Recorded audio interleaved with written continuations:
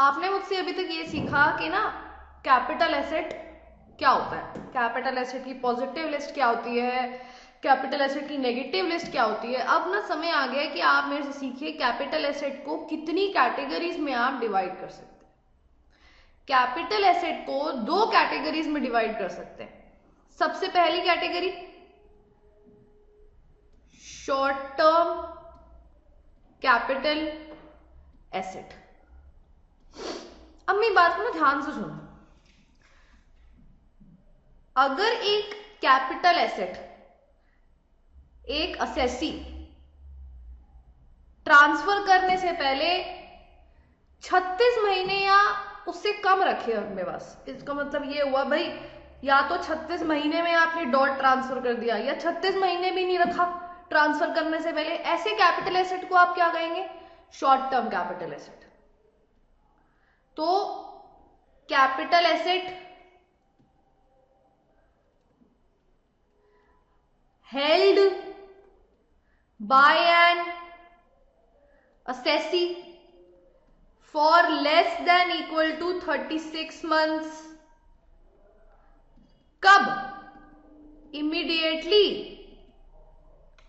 कौन से 36 मंथ्स? कौन से 36 months? Immediately prior to the date of transfer. समझ आया? फिर से सुनिए, असेसी अगर अपने कैपिटल एसेट को 36 महीने में बेच दे या 36 महीने भी ना रखे बेचने से पहले, ऐसे कैपिटल एसेट को आप क्या बोलेंगे? Short term capital asset.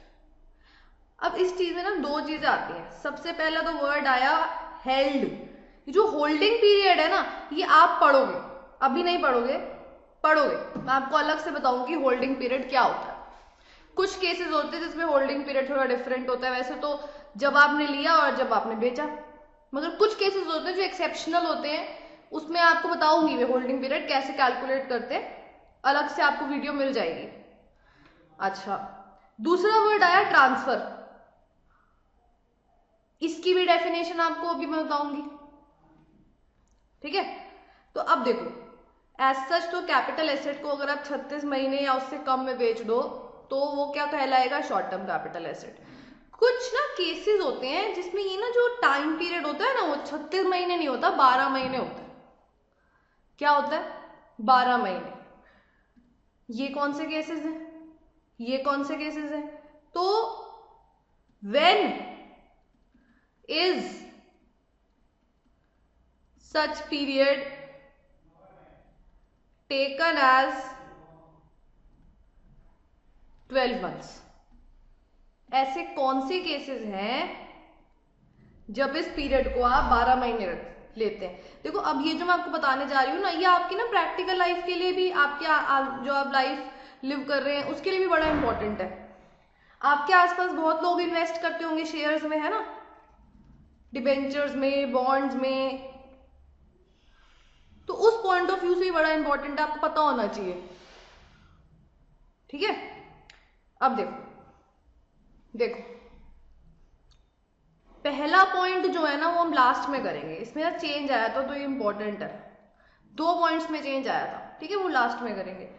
Second point करते हैं, इसमें कोई चेंज नहीं आया। सिक्योरिटीज। कौन सी securities? Debentures, bonds, derivatives, government securities. अब ध्यान से देखिए, मैंने इसमें शेयर्स नहीं लिखे क्योंकि जो पहला पॉइंट है ना वो शेयर से रिलेटेड है। गवर्नमेंट सिक्योरिटीज या अदर भी लिखने की जरूरत नहीं है, एक्सेट्रा लिख दो बस। तो अगर आप डिबेंचर होल्ड करते हो, बॉन्ड्स होल्ड करते हो, डेरिवेटिव्स होल्ड करते हो या गवर्नमेंट सिक्योरिटीज होल्ड करते हो, ऐसी कोई भी और भी सिक्योरिटी, शेयर्स नहीं, शेयर्स ऊपर आएंगे। तो अगर ये जो सिक्योरिटी है ना, ये आपकी एक रिकॉग्नाइज्ड स्टॉक एक्सचेंज पे लिस्टेड है, listed on a recognized stock exchange, कहां पे? इंडिया में, तो आप इस टाइम पीरियड को 12 महीने लेंगे। तो ध्यान क्या रखना है कि जो सिक्योरिटीज आप होल्ड करते हो ना, वो लिस्टेड होनी चाहिए 12 महीने लेने के लिए, ठीक है। अच्छा, अब जो थर्ड पॉइंट है वो आता है आपका यूनिट्स का। अब आप यूटीआई के यूनिट्स होल्ड करते हैं। अब ये यूनिट्स कोटेड हो या अनकोटेड हो, इससे कोई फर्क नहीं पड़ता। आप टाइम पीरियड क्या कंसिडर करेंगे शॉर्ट टर्म देखने के लिए? 12 महीने। कोटेड और नॉट कोटेड, आप यूनिट ट्रस्ट ऑफ इंडिया के अगर यूनिट्स होल्ड करते हैं तो इस बात से कोई फर्क नहीं पड़ता कि वो यूनिट्स कोटेड हैं कि नॉट कोटेड है। टाइम पीरियड क्या लेंगे आप? 12 महीने लेंगे। समझ आया? समझ आया? अभी लिखेंगे नहीं प्लीज, आई रिक्वेस्ट यू, मैं आपको लिखने का पूरा टाइम दूंगी। फोर्थ पॉइंट फिर से छोड़ देंगे, फोर्थ पॉइंट में चेंज आया था। फिर आते हैं zero coupon bonds. Zero coupon bonds क्या होते हैं? आप जिन बच्चों ने पीजीबीपी किया उन्हें पता होगा जीरो कूपन बॉन्ड्स क्या होते हैं। क्या होता है कि कूपन क्या होता है? इंटरेस्ट रेट, वो बॉन्ड्स जिन पे कोई कूपन रेट ना हो, आपने खरीदे और एक टाइम बाद आपको रिडीम हो जाएंगे, बस इंटरेस्ट नहीं मिलेगा आपको इन बॉन्ड्स पे। ऐसे बॉन्ड्स को क्या बोला जाता है? Zero coupon bond. अगर आप जीरो कूपन बॉन्ड होल्ड कर रहे हो, चाहे वो कोटेड हो चाहे वो नॉट कोटेड हो, आप टाइम पीरियड क्या लेंगे शॉर्ट टर्म देखने के लिए? 12 महीने। 12 महीने। अब यहां पे आ जाइए यूनिट्स। किसके यूनिट्स? अब देखो, अगर आपका ट्रांसफर हो रहा है कब?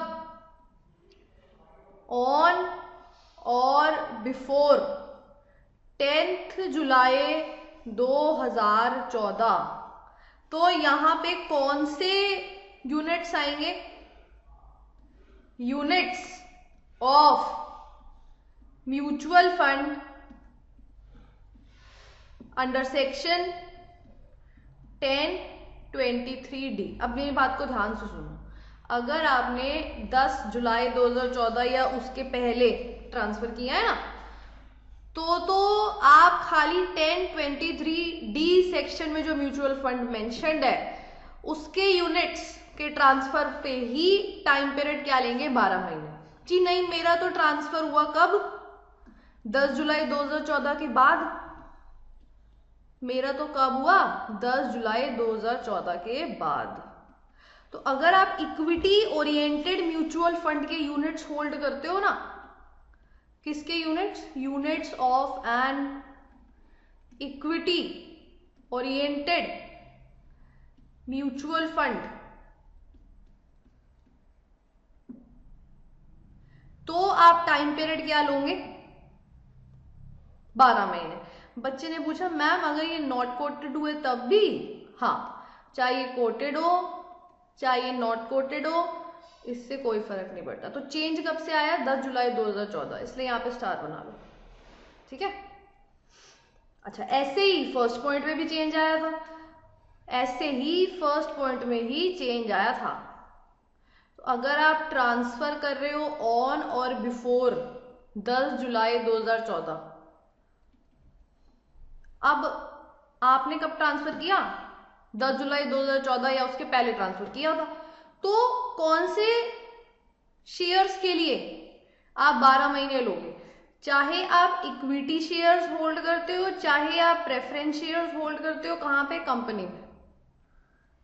और इस बात से कोई फर्क नहीं पड़ता था कि वो कोटेड है कि अनकोटेड है। आप टाइम पीरियड क्या लेते थे? 12 महीने लेते थे। फिर से सुनिए, अगर आपने ट्रांसफर कब किया? 10 जुलाई 2014 के पहले, तो आपके पास चाहे इक्विटी शेयर्स या प्रेफरेंस शेयर्स होने चाहिए, फिर चाहे वो कोटेड हो चाहे नॉट कोटेड हो, इससे कोई भी फर्क नहीं पड़ता था। आप टाइम पीरियड क्या लेते थे शॉर्ट टर्म के लिए? 12 महीने। नहीं जी, मेरा तो ट्रांसफर हुआ कब? 10 जुलाई 2014 के बाद। तो अब क्या किया जाए? अब क्या होता है कि जो इक्विटी प्रेफरेंस शेयर्स आप होल्ड करते हो ना, कर रहे हो ना, वो लिस्टेड होने चाहिए। कहां लिस्टेड होने चाहिए? Listed in a recognized stock exchange in India. Listed in a recognized stock exchange in India. समझ आया? समझ आया? तो अब फिर से देखेंगे कि अगर असेसी अपनी कैपिटल एसेट 36 महीने या उससे कम में बेच देता है तो उस कैपिटल एसेट को कहा जाएगा शॉर्ट टर्म। 12 महीने किन केसेस में लिया जाता है भाई? अगर सिक्योरिटीज आप कौन सी होल्ड करते हो, डिबेंचर्स, बॉन्ड्स, डेरिवेटिव्स, तो वो लिस्टेड होनी चाहिए बस recognize stock exchange in India में। टाइम पीरियड क्या लेंगे? 12 महीने। यूटीआई के यूनिट्स होल्ड करते हो तो कोटेड हो चाहे नॉट कोटेड हो, टाइम पीरियड क्या लेंगे? 12 महीने। जीरो कूपन बॉन्ड में भी सेम ही है, कोटेड और नॉट कोटेड, टाइम पीरियड क्या लेंगे? 12 महीने। अब शेयर्स पे आ जाओ। अगर 10 जुलाई 2014 के पहले आपकी ट्रांसफर हो रही है ना और आप शेयर्स होल्ड करते हो, चाहे वो इक्विटी शेयर्स हो चाहे वो प्रेफरेंस शेयर्स हो, तो इस बात से कोई फर्क नहीं पड़ता वो कोटेड है चाहे नॉन कोटेड है। टाइम पीरियड क्या लोगे? 12 महीने। अब 10 जुलाई 2014 के बाद अगर आप अब ट्रांसफर कर रहे हैं तो वो लिस्टेड होने चाहिए शेयर्स किसमें? रिकग्नाइज स्टॉक एक्सचेंज में। जी मैं तो यूनिट्स होल्ड करता हूं। अच्छा किसके यूनिट्स? अब आपको ध्यान में ये रखना है अगर आपने ट्रांसफर किए यूनिट्स 10 जुलाई 2014 या उससे पहले, तो 10 जुलाई 2014 या उससे पहले सेक्शन 1023D के म्यूचुअल फंड के यूनिट्स के केस में ही हम बस क्या लेते थे? 12 महीने। अब क्या होता है? किसी भी इक्विटी ओरिएंटेड म्यूचुअल फंड के केस में अगर आप यूनिट्स बेच रहे हैं तो उसमें आप क्या लेते हैं? 12 महीने, चाहे फिर वो यूनिट्स कोटेड हो चाहे वो अनकोटेड हो।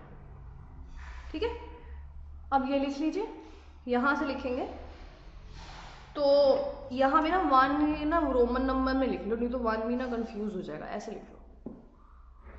ठीक है, अच्छा लॉन्ग टर्म इसका उल्टा हो जाएगा, वो भी मैं आपको लिखवा देती हूँ, पहले आप ये लिख लो।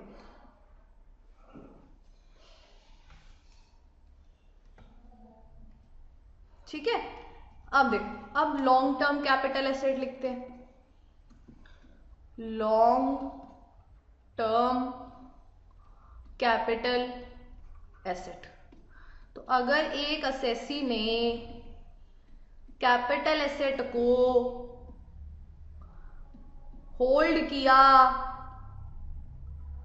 36 महीने से ज्यादा तो क्या हो जाएगा? ये लॉन्ग टर्म कैपिटल एसेट। अब देखो बात क्या आती है, बात आती है 36 महीने। बच्चे के ऊपर ना 36 महीने का क्वेश्चन आ जाएगा तो आप क्या करोगे? आप कंफ्यूज हो जाओगे अगर आपको याद नहीं रहेगा। तो अगर 36 महीने भी आपने होल्ड किया ना एसेट को ट्रांसफर करने से पहले, तो भी वो क्या होगी? शॉर्ट टर्म होगी। अच्छा अब एक्सेप्शन क्या थी? 12 महीने वाली। एक्सेप्शन के केस में हम क्या देखेंगे? More than 12 months. और वो तो एक्सेप्शन तो सेम ही है ऊपर वाली ना, तो आप ये भी लिख लीजिए। चलिए अब लिख लो, मैं यहाँ पे मैं लगा देती हूँ, अब लिख लो। इसके बाद हम एक क्वेश्चन करेंगे,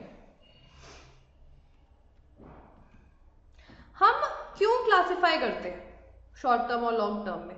आपके दिमाग में ये क्वेश्चन चल रहा होगा ना। देखो आपकी जो इनकम की कॉम्प्यूटेशन होती है ना कैपिटल गेन की, वो इस पे डिपेंड करता है कि आपका जो एसेट है वो शॉर्ट टर्म है कि लॉन्ग टर्म है। वो कैसे डिपेंड करता है आप आगे सीखोगे, जब मैं आपको कॉम्प्यूटेशन बताऊंगी ना तब। चलो अब क्वेश्चन करें।